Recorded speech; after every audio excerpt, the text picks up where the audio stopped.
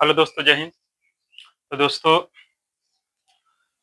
जैसा कि हम लोग 10th क्लास से कर सकते हैं कि रिवीजन कर रहे हैं, तो आज हम लोग कर सकते हैं कि पॉलिटिकल साइंस के एक कर सकते हैं कि और महत्वपूर्ण टॉपिक के साथ, है ना, उपस्थित हुए हैं। तो आइए देखते हैं कि और ये एग्जाम के दृष्टिकोण से भी काफ़ी महत्वपूर्ण है और यहाँ से सीखने के लिए भी मिलता है, ठीक है? कि हमें जो है देखिए, इस टॉपिक का नाम है निर्वाचन में जाति का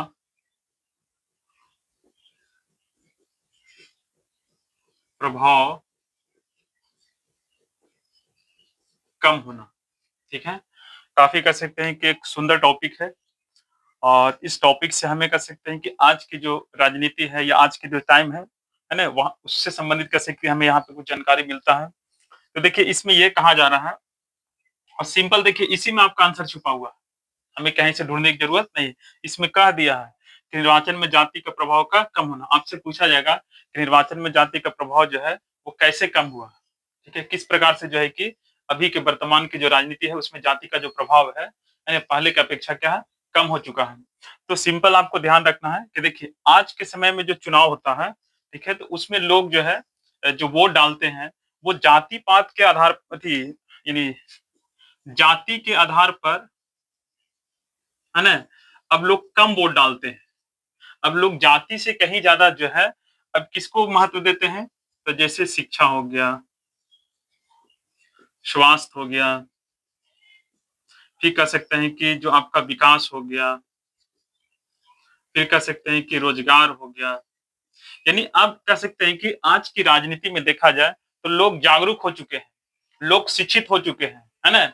तो इससे क्या है कि लोग अब जो है कि वो नहीं देखते हैं कि ये उम्मीदवार किस जाति से है।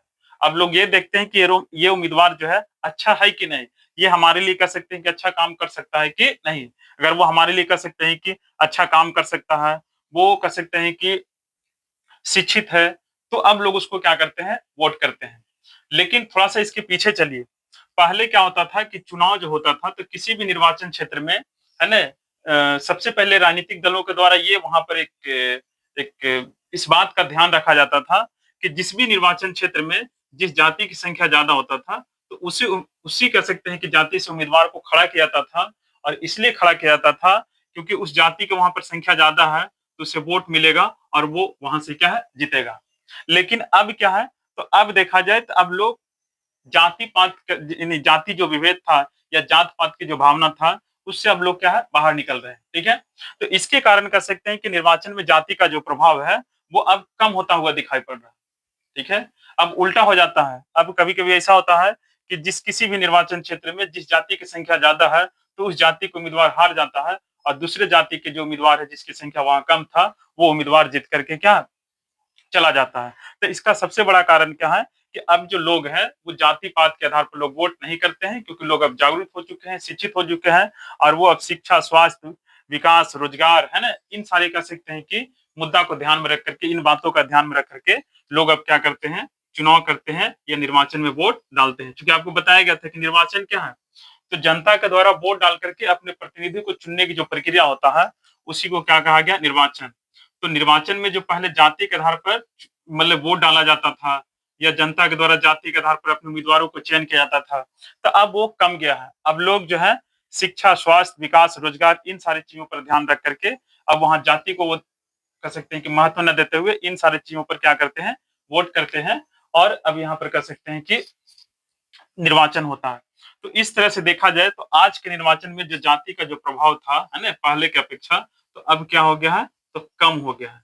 तो इसी चीज़ को यहाँ पर ध्यान रखना है, इसमें ज़्यादा आपको कुछ नहीं रखना। आपको अगर इसको आंसर देना रहेगा तब लिखिएगा इसमें कि आज के जो समय है ना? जो वर्तमान समय है, इसमें निर्वाचन में जो जाति का प्रभाव है, वो कम हो गया है। ठीक है? इसका कारण ये है क्योंकि आज के समय में जो जनता है ना? यानी जो लोग हैं वो जागरूक हो चुके हैं, शिक्षित हो चुके हैं, इसलिए वो जाति आधार पर वोट ना करके वो शिक्षा, स्वास्थ्य, रोजगार, है ना? इन सारी चीज़ों को ध्यान में रख कर के वो वोट करते हैं, जिससे निर्वाचन में जो जाति का प्रभाव था, वो क्या है? कम हो गया।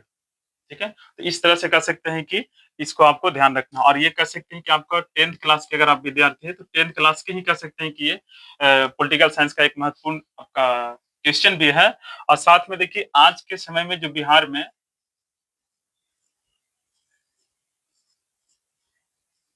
जो चुनाव चल रहा है ना, तो उस चुनाव में ये जो फैक्टर है, यानी ये जो प्रश्न है, वो काफ़ी ज़्यादा लोगों को क्या करता है, तो प्रभावित करता है, क्योंकि इससे ये लोगों को सीख मिलता है कि हमें जो है, जो चुनाव हो रहा है हमारे यहाँ बिहार में, तो हमें जात-पात से ऊपर उठ करके हमें इन सारे मुद्दों को ध्यान में रख कर के वोट करना चाहिए। हमें ये नहीं देखना चाहिए कि ये उम्मीदवार किस जाति से है, हमें ये देखना चाहिए कि ये उम्मीदवार शिक्षित, समझदार, पढ़ा-लिखा, ईमानदार है कि नहीं।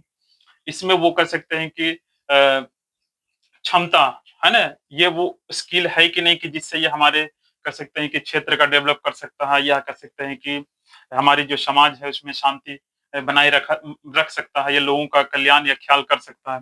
तो हमें इन चीज़ों का ध्यान में रख कर के हमें वोट करना चाहिए, क्योंकि अभी के जो समय है ना? वो आपको जात-पात या धर्म या लिंग, इस तरह की किसी तरह की जो विभेद है, अब उन विभेदों से हमें ऊपर उठ करके हमें इंसानियत की कह सकते हैं कि जो एक मार्ग है, कह सकते हैं कि मानवता का जो सिद्धांत है, प्लस कह सकते हैं कि जन कल्याण की जो विचारधारा है, हमें उसके आधार पर जो है कि अब जो है हमें है किसी भी प्रकार के जो काम है, वो करना चाहिए। तो आपको ये ध्यान रखिएगा कि निर्वाचन में जाति का प्रभाव कम होना, यानी यहाँ ये बता रहा है कि आज के समय में जो निर्वाचन हो रहा है, उसमें जाति का जो प्रभाव था, यानी जाति जो विभेद था, है ना?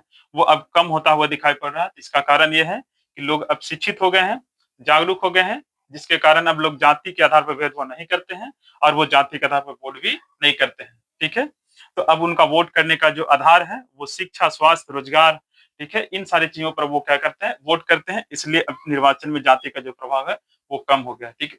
तो ये कह सकते हैं कि वीडियो कैसा लगा, आप इसे कमेंट करके बता सकते हैं, और इसे ध्यान रखना है, एग्ज़ाम में देखिए, हम विद्यार्थियों से यही कहते हैं कि आपको डायरेक्ट क्वेश्चन को पढ़ करके ये नहीं सोचना है कि हमें आंसर याद है कि नहीं है।